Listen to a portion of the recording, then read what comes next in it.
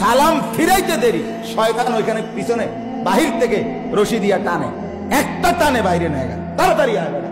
সে কোন সময় ঢুকছত বেটা মসজিদে, বেটা এতক্ষণ মানুষে মসজিদে বইয়া থাকে বেটা বেকুব।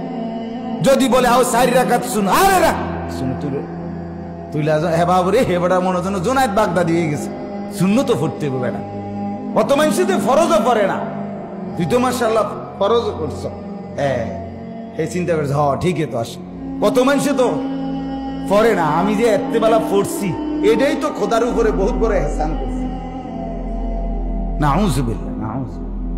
নাহলে কি কারণ হইতে পারে বলেন না, কি কারণ হইতে পারে যে 2 রাকাত ফরজ পড়ার পর সাথে সাথে যারা বের হয়ে যায় 4 রাকাত সুন্নত জুমার পরে পড়ে না? কি কারণ? 4 রাকাত সুন্নতের সময় যদি এমন হইতো যে আধা ঘন্টা সময় ব্যয় হয়, তাহলে আমার অনেক কাজ আছে, কিন্তু আধা ঘন্টা তো লাগে না। 4 রাকাত সুন্নত পড়তে কি আধা ঘন্টা লাগে? 10 মিনিট লাগে, 5 মিনিট লাগে।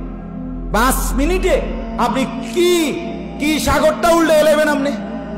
আপনি কি হাইটা ঘরে যাইতেন না? না এনে ভাতের থালা লইয়া লইছে? কথা বলেন না কেন?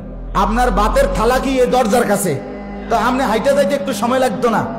তো তাই আপনি সময় গেছে না? আপনি কি অটো উঠতে হবে না? আপনি যদি বাড়িতে গিয়ে দেখবেন এরপরে ওই আরো 2 জনের খাওয়ার হয়তো সাথে তারা আসতেছে না, তাদের জন্য কি 10 মিনিট 5 মিনিট অপেক্ষা করতে হয় না?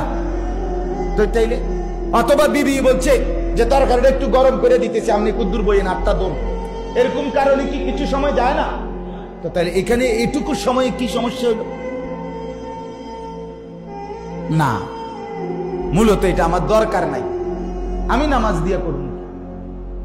আসছি কোন রকম বুঝ দেওন, ঢুকলাম আর বের হলাম। আল্লাহ আমাদেরকে মাফ